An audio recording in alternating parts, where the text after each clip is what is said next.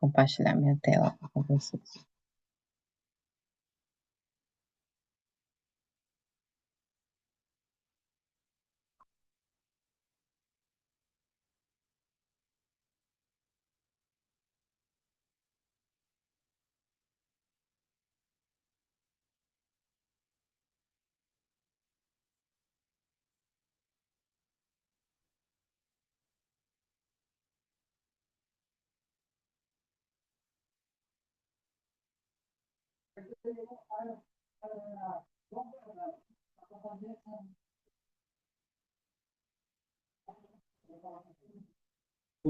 Aí eu vou tentar mais ou menos.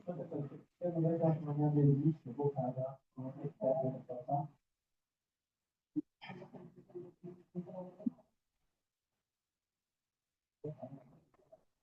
Consegue ver minha tela, Jaqueline, Firmino?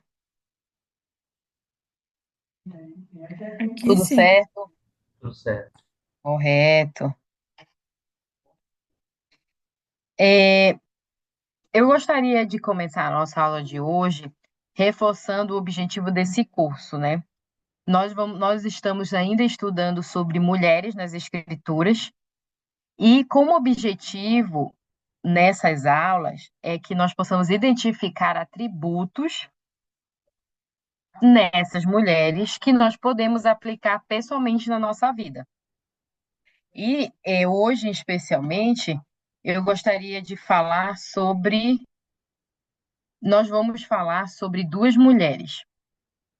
E eu gostaria de novo que vocês tivessem em mente, né? Que atributo nessas mulheres eu posso observar e aplicar na minha própria vida. É, vocês conhecem a história de Sara? Conhece, Jaqueline, a história de Sara? Firmino conhece também? Esse. Conhece? Você lembra o que sobre a história de Sara, Jaqueline, por exemplo? O que você conhece dessa história?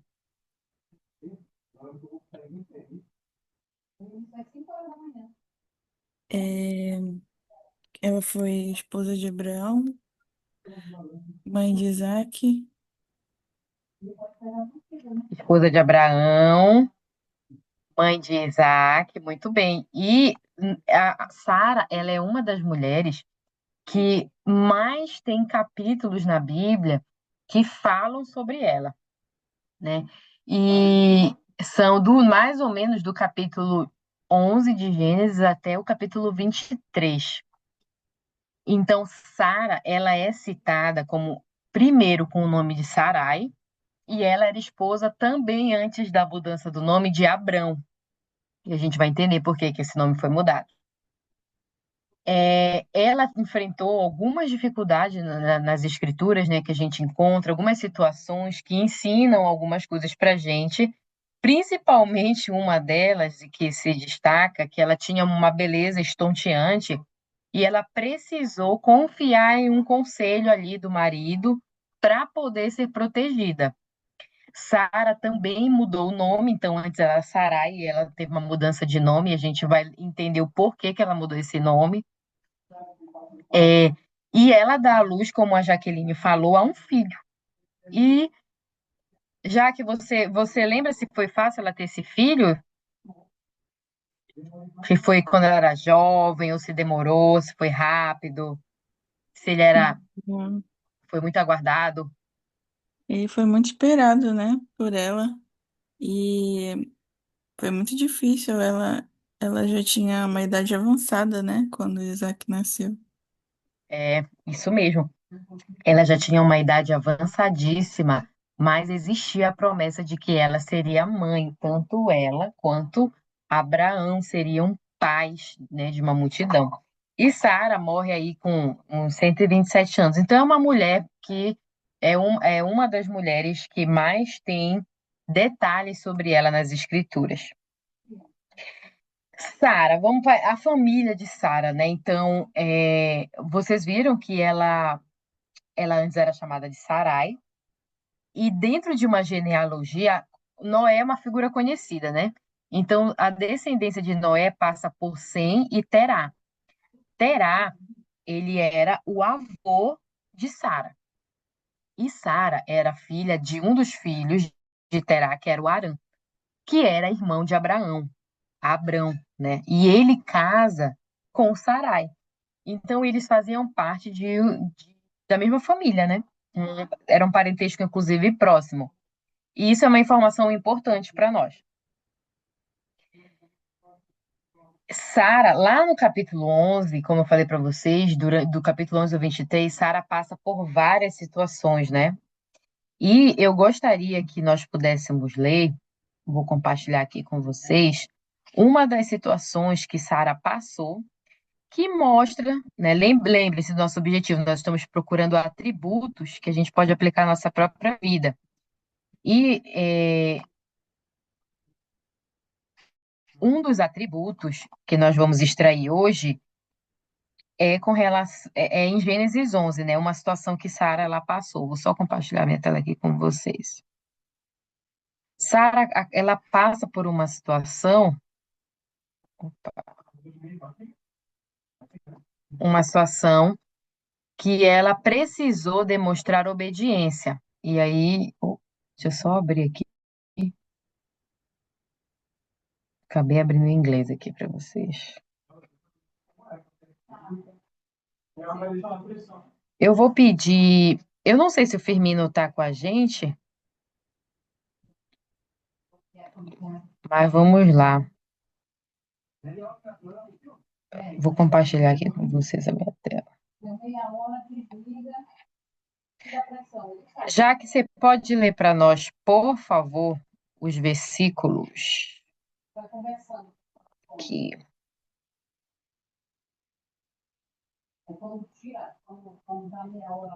Só pegar aqui para vocês. Aqui conta um pouquinho, tá bom? Aqui. É do versículo 28 ao 31. Pode ler para nós?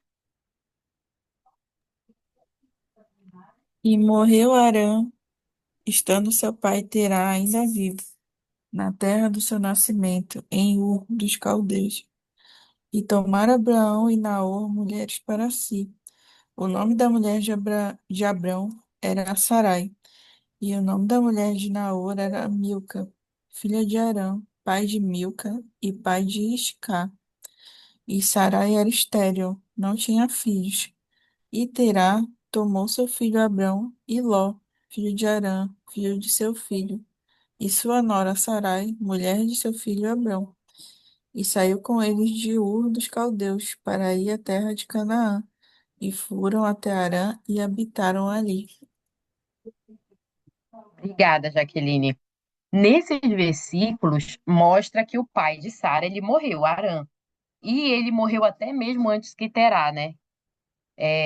O avô de Sarai. E quando ele morreu, Abraão e Naó, eles tomaram mulheres, né? Casaram. E Abraão casou com Sarai. E lembre-se, né? Ela perdeu o pai e ela precisou se adaptar a isso. Historicamente, a cidade que eles viviam era a cidade de Ur, dos caldeus. E eles receberam a orientação de viajar, de se mudar para uma outra terra, a terra de Canaã. E, historicamente, a terra de. Deixa eu voltar aqui para o slide. Historicamente, a terra de Ur, né, a casa de Sarai, era uma casa confortável. E por conta, né, desse cenário, Sarai teve que abandonar aquele conforto de Ur, lá da cidade de Ur, para ir casar e seguir a revelação do Senhor de que eles deveriam ir para uma outra terra. Então, o primeiro atributo que nós identificamos em Sara é que ela tinha muita fé. Por causa da fé dela, ela abandonou todo o conforto da cidade de Ur e da própria casa para seguir o esposo, né? E, consequentemente, né, diretamente, uma revelação do Senhor, né? E aí, um outro episódio sobre Sara, a gente encontra lá em Gênesis 12, no versículo do 11 ao 16. E eu gostaria que, ao ler esse versículo, nós identificássemos, ok, já vimos que Sara era mulher de fé, porque ela abandonou uma casa confortável para formar a própria família e seguir uma orientação de Deus para ir para uma outra terra.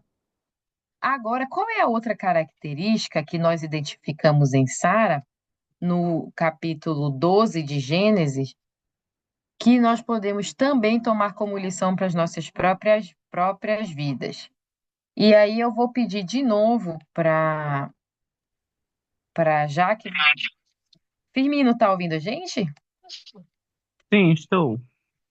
Firmino, você pode ler para nós, por favor, do versículo 12 ao 16, e vamos ficar atentos a qual é o atributo de Sara, qual é o atributo que Sara demonstrou nessa situação aí.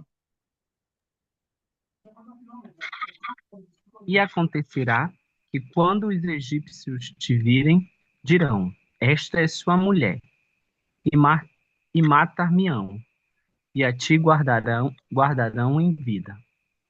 Dize, peço-te, que és minha irmã.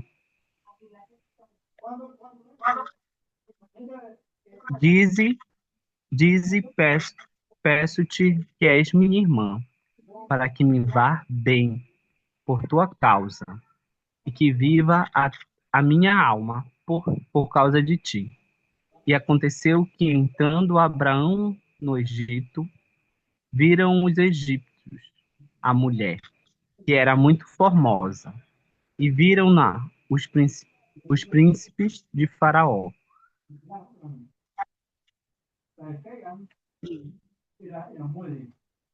e galar- Gabaram-na. gabaram-na gabaram-na diante de Faraó. E foi a mulher levada para a casa de Faraó, e tratou bem a Abraão por causa dela. E ele teve ovelhas, e vacas, e jumentos, e servos e servas, e jumentas e camelos. Porém, o Senhor, é até o 16, né? É, até o 16, obrigada. Então, de acordo com essas escrituras, aconteceu um episódio com Sara, né? Com Sara, Sarai na época.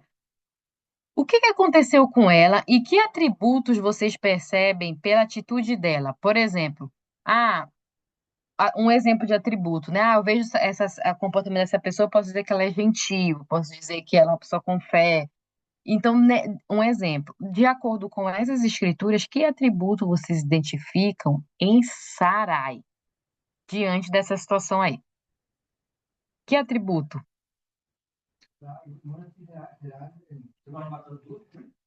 No caso, ela foi uma mulher, né, que exerceu a fé dela. Ela confiou no Senhor. Ela confiou no Senhor, né? Mais um episódio que ela demonstra confiança no Senhor, muito bem. E aqui, né, mas olha essa situação, ela era muito bonita, eles estavam tendo que entrar na terra desconhecida, que não era da naturalidade deles, né, é a terra dos egípcios, e Abrão disse que ela deveria dizer que era irmã dele por conta da formosura dela, né? Então Abraão disse assim: "Pô, você vai ter que falar que é minha irmã, porque senão eles vão me matar, né? E nossa família vai ser desfeita, e você vai precisar dizer que é minha irmã." Então muitas pessoas pensam que esse comportamento, né, de dizer que ela era irmã, era uma mentira. Mas na verdade, nós vimos lá na genealogia que ela era meia-irmã ali de Abrão. Ela tinha um parentesco bem próximo.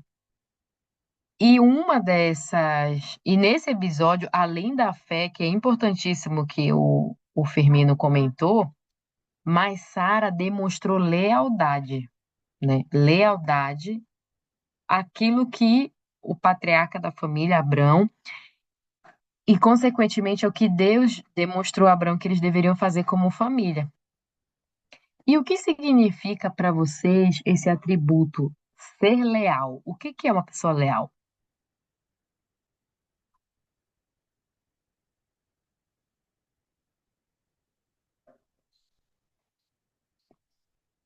É, no caso, uma pessoa leal é aquela, né, que confia, né, em outras pessoas, né?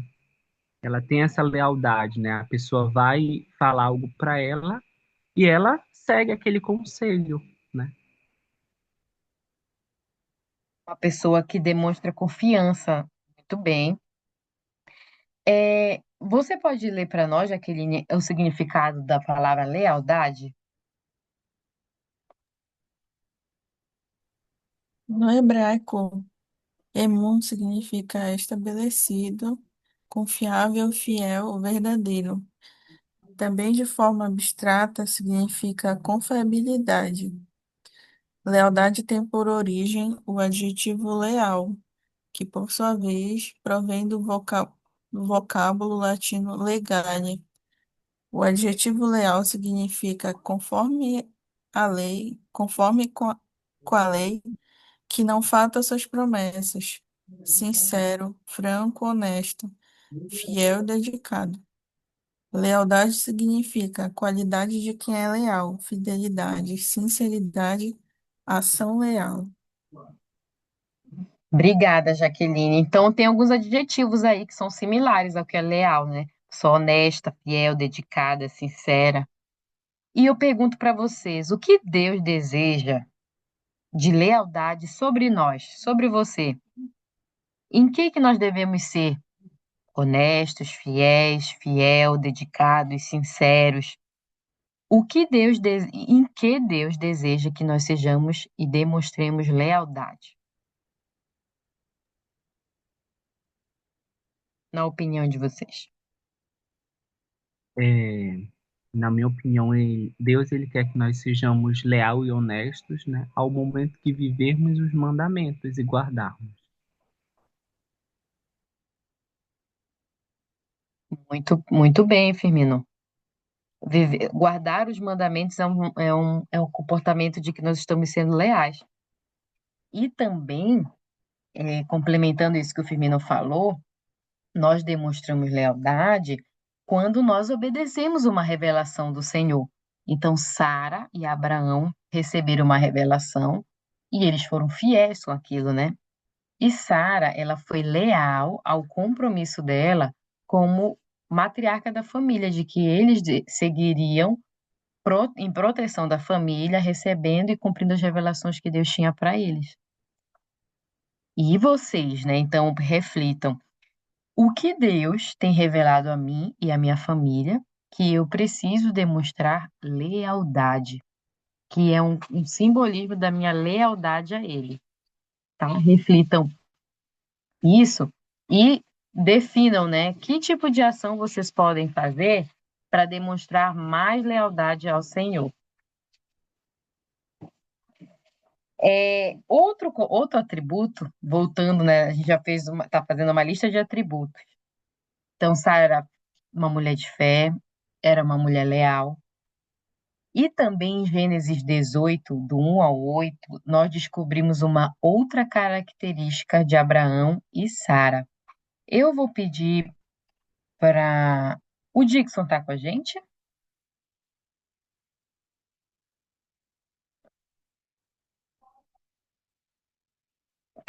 Caso o microfone não esteja funcionando, eu vou pedir então para a Jaqueline ler para nós é, no capítulo no capítulo 18, do versículo opa, no capítulo 18, no versículo do 1 ao 8, nós vamos ver um outro episódio para extrair um terceiro comportamento, um terceiro atributo que nós identificamos com o comportamento de Sara e Abraão.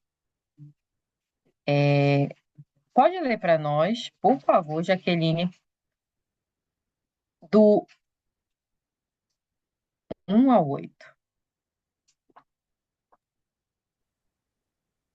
Depois apareceu-lhe o Senhor nos carvalhais de Manre, estando ele assentado à porta da tenda no calor do dia.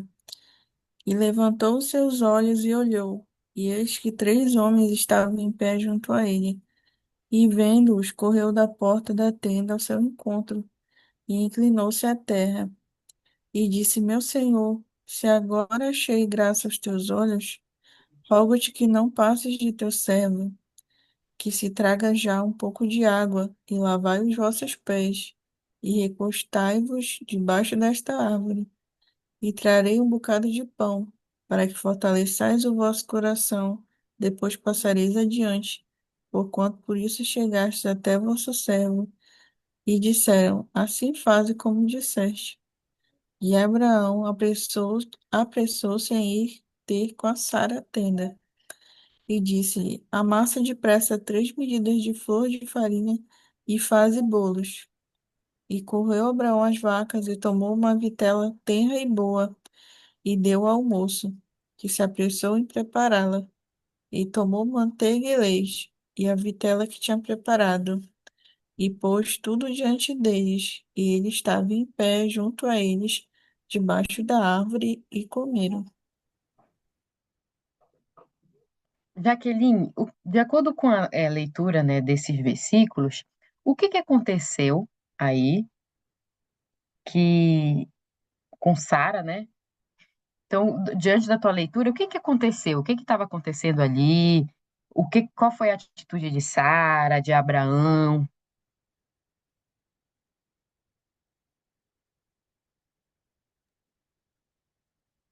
A gente vê que, primeiramente, Abraão ele encontra esses homens e ele vê que precisa fazer algo por eles, né? E então ele fala que traga um pouco de água para lavar os pés e que eles esperem, né? Enquanto ele fala para Sara fazer um bolo. E aí ele tenta, de alguma maneira, ajudá-los, né? Servi-los. Excelente. Muito bem. E de acordo com a tua interpretação, que atributo a gente poderia resumir diante desse episódio? Qual é o atributo que Sara e Abraão demonstraram nesse episódio?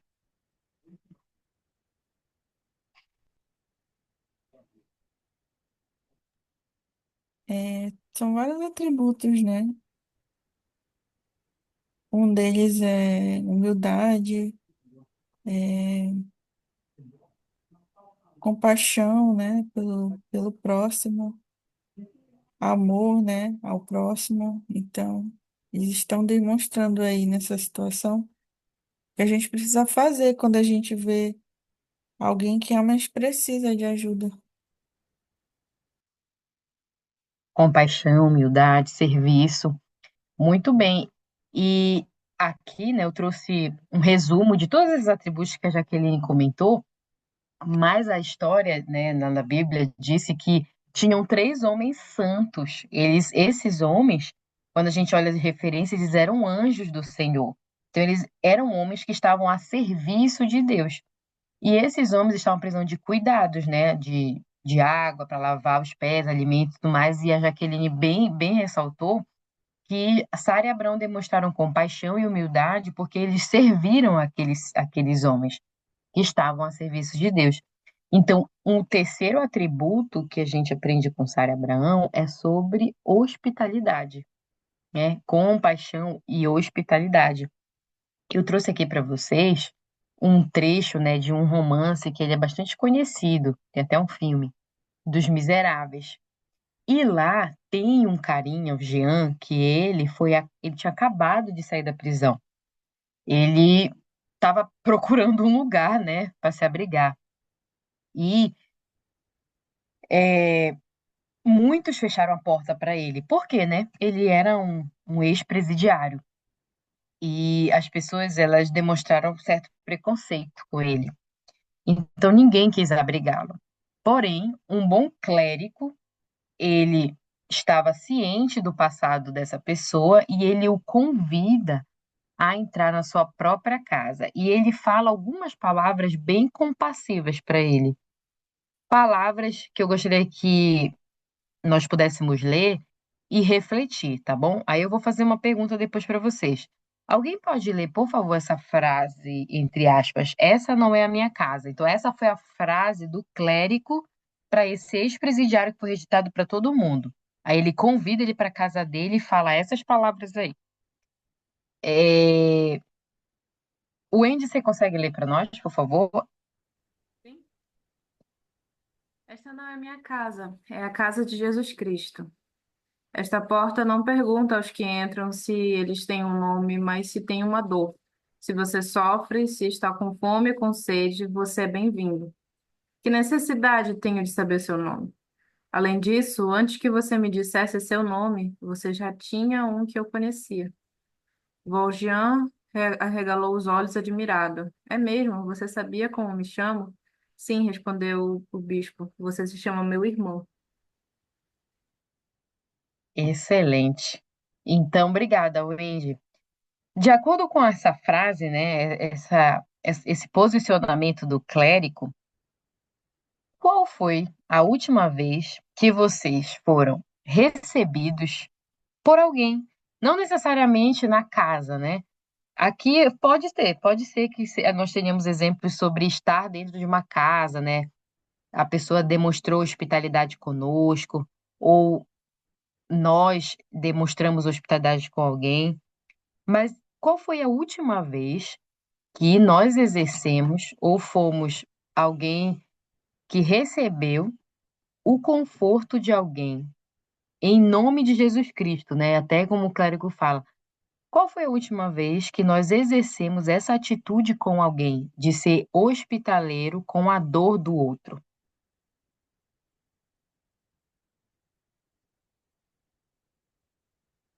Vocês recordam? Tem algum exemplo?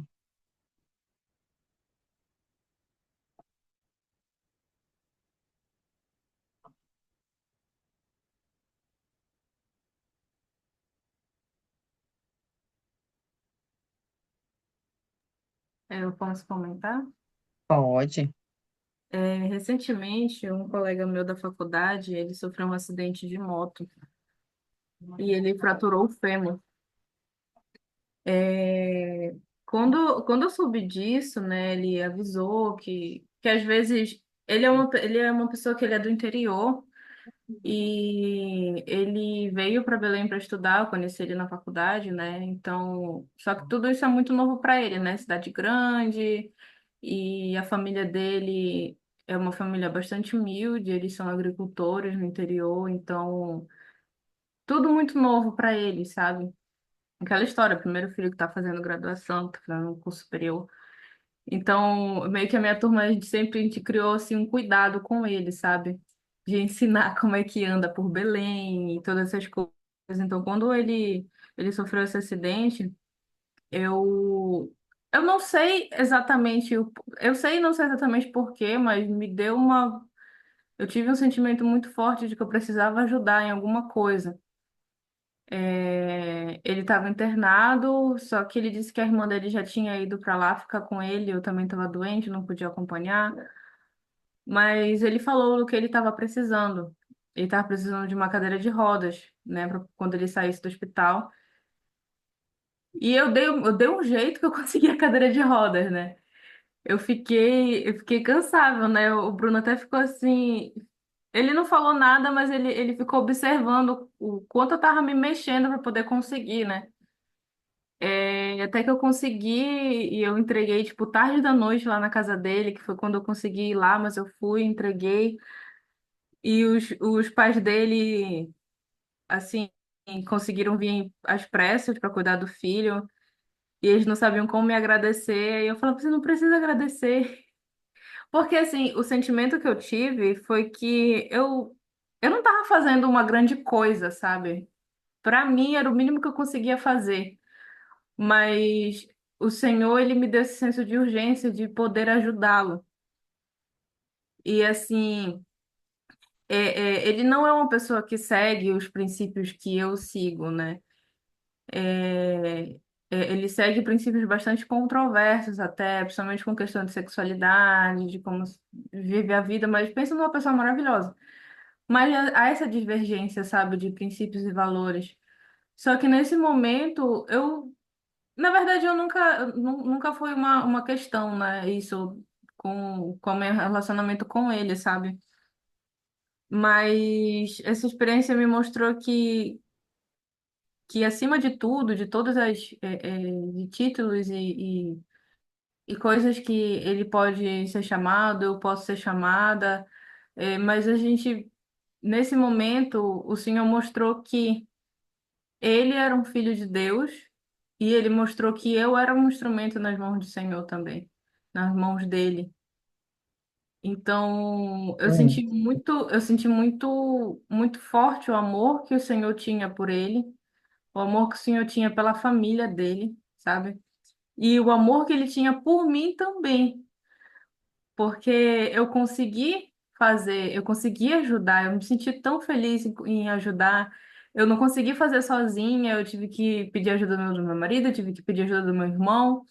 Meu irmão estava trabalhando, ele deu um tempo do trabalho para poder me ajudar a levar lá.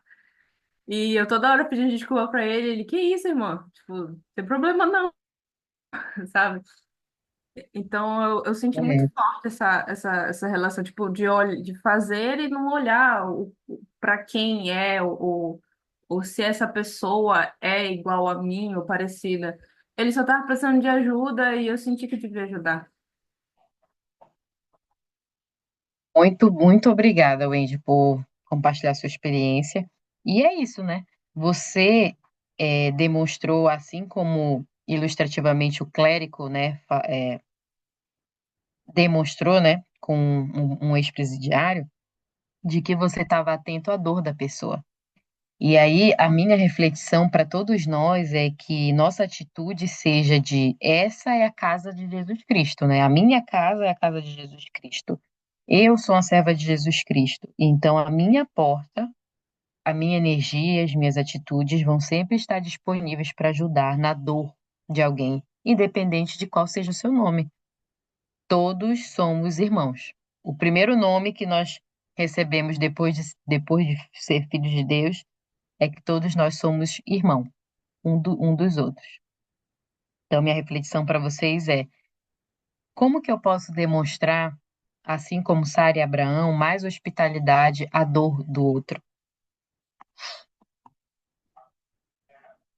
O que significa, agora, né?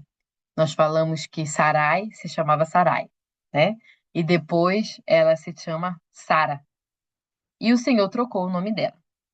Lá em Gênesis, no capítulo 17, ele fala por que que Deus trocou o nome e o significado desse nome.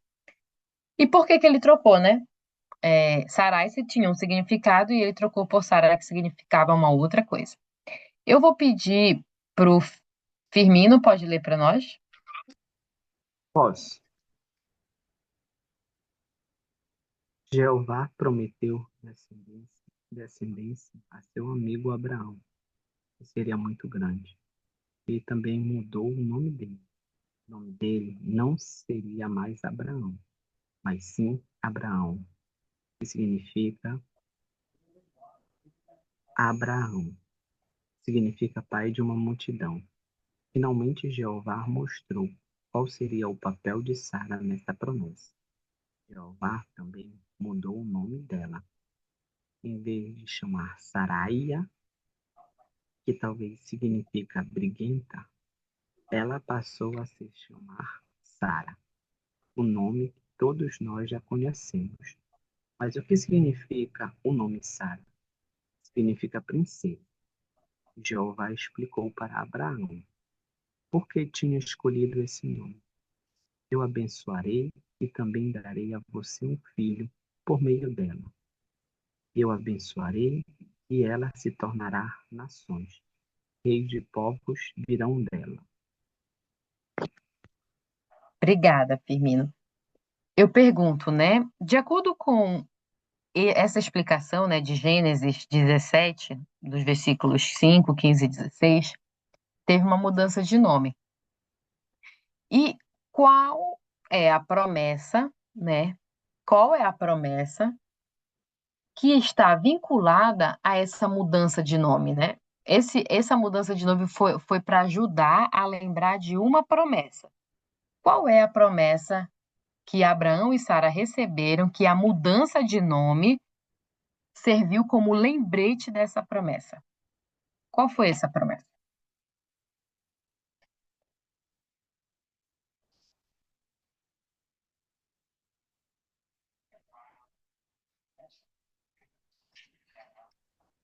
A promessa é que abençoaria e daria um filho por meio dela. Muito bem, Firmino. Então, a promessa é de que eles seriam pais, mas não pais de um único filho, né?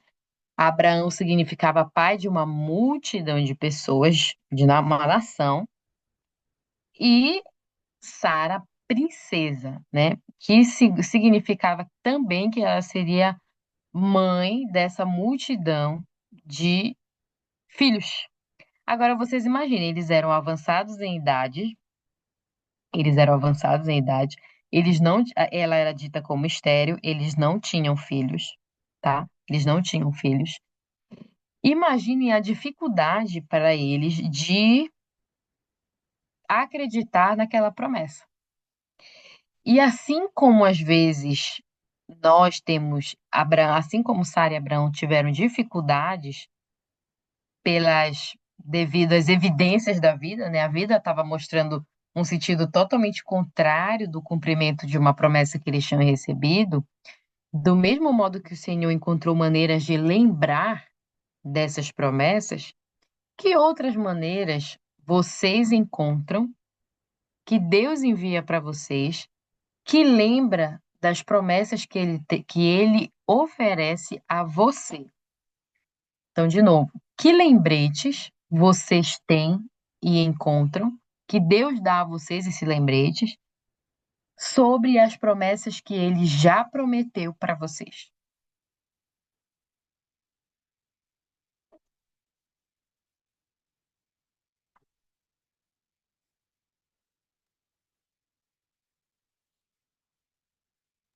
Que lembranças, é?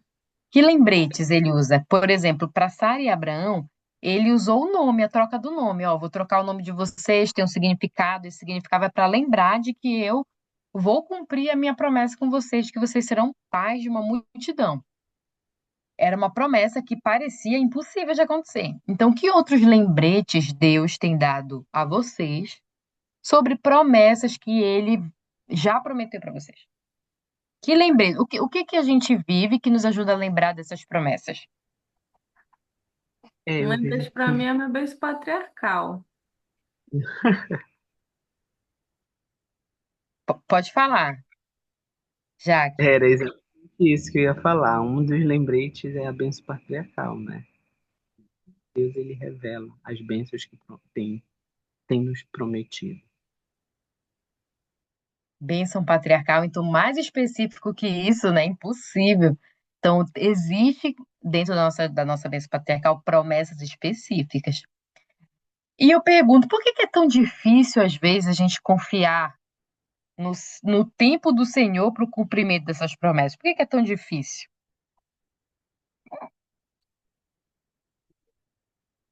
Porque a gente é ansioso, a gente quer tudo na hora. A Autocrítica. gente é imediatista, quer tudo na hora, né? O ser humano, naturalmente, é imediatista e a gente quer ver esse cumprimento agora, agora e na hora. E por isso que o Senhor, ele sempre, e eu presto testemunho para vocês sobre isso, ele sempre vai nos ajudar a lembrar dessas promessas se estivermos atentos. Então, podemos listar aqui, né? Ah, minha bênção patriarcal me ajuda a lembrar dessas promessas. As escrituras me ajudam a lembrar dessas promessas. A ida frequente ao templo, a minha meta de ir ao templo, de estar atenta aos ensinamentos do templo, me ajuda a lembrar dessas promessas. Uma revelação mais específica, uma revelação pessoal mais específica me ajuda a lembrar dessas promessas. Talvez a palavra de alguém, a palavra de um líder, experiências espirituais marcantes na nossa vida são belos lembretes, né? Muitas pessoas dão ênfase ao diário, ao registro dessas experiências, para que elas também nos sirvam de lembretes para nos ajudar a confiar no tempo do Senhor. E é difícil, às vezes, confiar nessas promessas que o Senhor já prometeu para a gente, por conta de algumas outras debilidades que a vida mortal nos põe. Vocês estão vendo a minha tela que tem uma imagem aqui agora? Sim, Tá. Tem um artigo na Liarona de fevereiro de 2022 que ele fala sobre como que a gente tem que viver diante dessas promessas, né? Porque tem promessas que ainda não foram cumpridas e naturalmente a gente é ansioso, a gente quer que aquilo aconteça. Promessas que estão na bênção patriarcal, promessas que estão nos nossos convênios. Então, por que que eu ainda não recebi essa promessa, né? E como que eu posso viver sabendo Como é que eu posso viver sabendo que aquela promessa ainda não chegou e eu nem sei qual é o tempo que ela vai chegar? Então, vou pedir para o Wendy ler para nós esse parágrafo desse artigo aqui, Wendy, por favor. Vivemos em um mundo onde muitas pessoas focam no que falta em sua vida.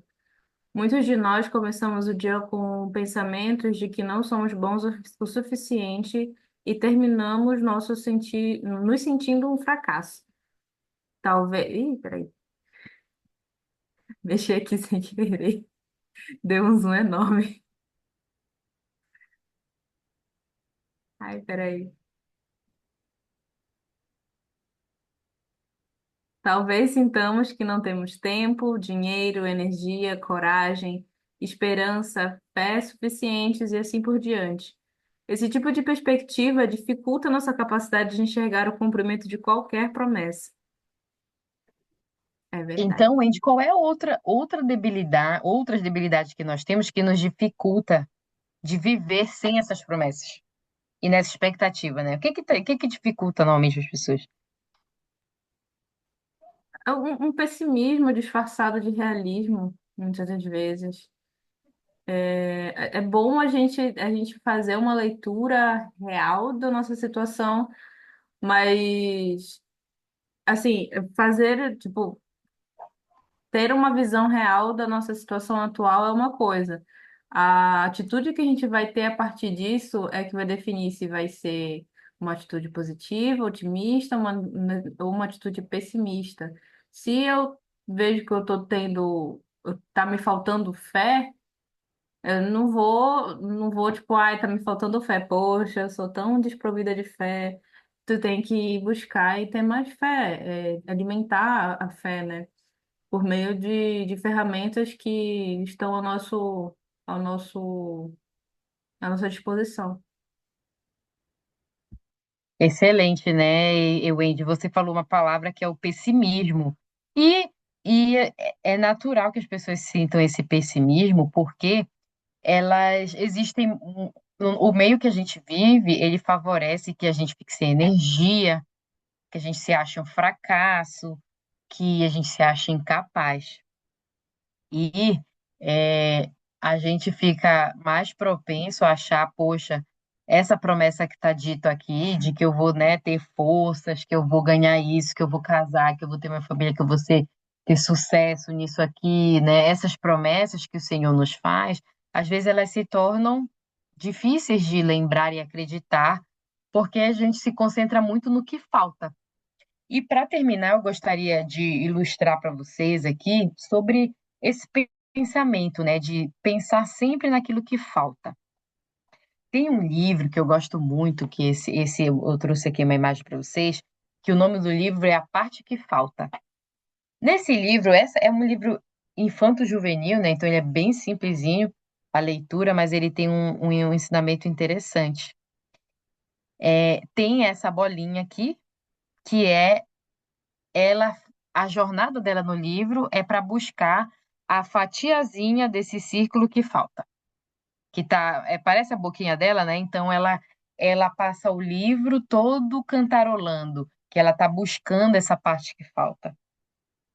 E aí ela vai, passa, permeia caminho, sobe ladeira, desce ladeira, e ela fica, cadê a parte que me completa, a parte que me falta? E ela, é, dentro dessa jornada dela em busca do que falta, ela começa a ter alguns momentos, né? Então, como ela está em busca daquilo dentro da jornada dela, ela chega um momento que ela encontra uma borboleta e ela consegue apreciar a natureza, ela encontra uma paisagem que ela consegue apreciar, ela encontra alguém que ela consegue interagir. E aí, essa jornada em busca da falta traz esses momentos positivos para ela. E quando finalmente ela encontra a parte que falta, ela percebe que quando ela encaixa essa partezinha aí, ela vira um ciclo perfeito. E aí ela começa a girar, né? Ela não tem pernas, né? Ela é um círculo. Então ela começa a girar mais rápido. E isso faz com que ela passe pelos caminhos, pelas pessoas, pelas paisagens, pelo momento, sem apreciar, com, com tanta energia ou com tanto detalhe, com tanto aproveitamento quanto de como ela não tinha de quando ela não tinha essa parte. Então a lição desse livro, né, é que ok, a gente precisa buscar aquilo que nos falta, né, nossas promessas, mas dentro da jornada de cumprimento dessas promessas, no devido tempo do Senhor, Ele quer que nós aproveitemos todas as lições possíveis para o nosso desenvolvimento como filhos de Deus. Então, meu convite final para vocês, né, é que vocês vivam como se estivessem completos, né? Ah, tá, mas está faltando tanta coisa, tanta promessa, anseio por tantas coisas que o Senhor já me prometeu, mas eu sei que elas vão vir. Mas vivam como se já tivessem plenamente recebido tudo, né? Para que vocês possam desfrutar das belas lições e dos belos momentos que a mortalidade pode proporcionar a vocês, né? Então, meu convite é esse, né? Vivam como se as promessas de Deus já tivessem sido cumpridas na vida de vocês, tá? Eu presto meu testemunho de que eu sei que, assim como Sara e Abraão, eles demonstraram lealdade ao Senhor, e por conta dessa lealdade, as promessas que já tinham sido cumpridas quando eles eram jovens, mas que já tinham sido prometidas quando eles eram jovens, mas só foram cumpridas na velhice deles, né? Mas foram cumpridas. O meu testemunho é de que aquilo que Deus nos promete diante da nossa lealdade, ele vai ser cumprido e que é possível que nós sejamos felizes mesmo com a parte que falta, né? Com as promessas que estão faltando, desde que nós mantenhamos nossa lealdade ao Senhor. E é essa aula que eu compartilho com vocês, em nome de Jesus Cristo. Amém. Eu vou pedir para a Wendy fazer a última oração.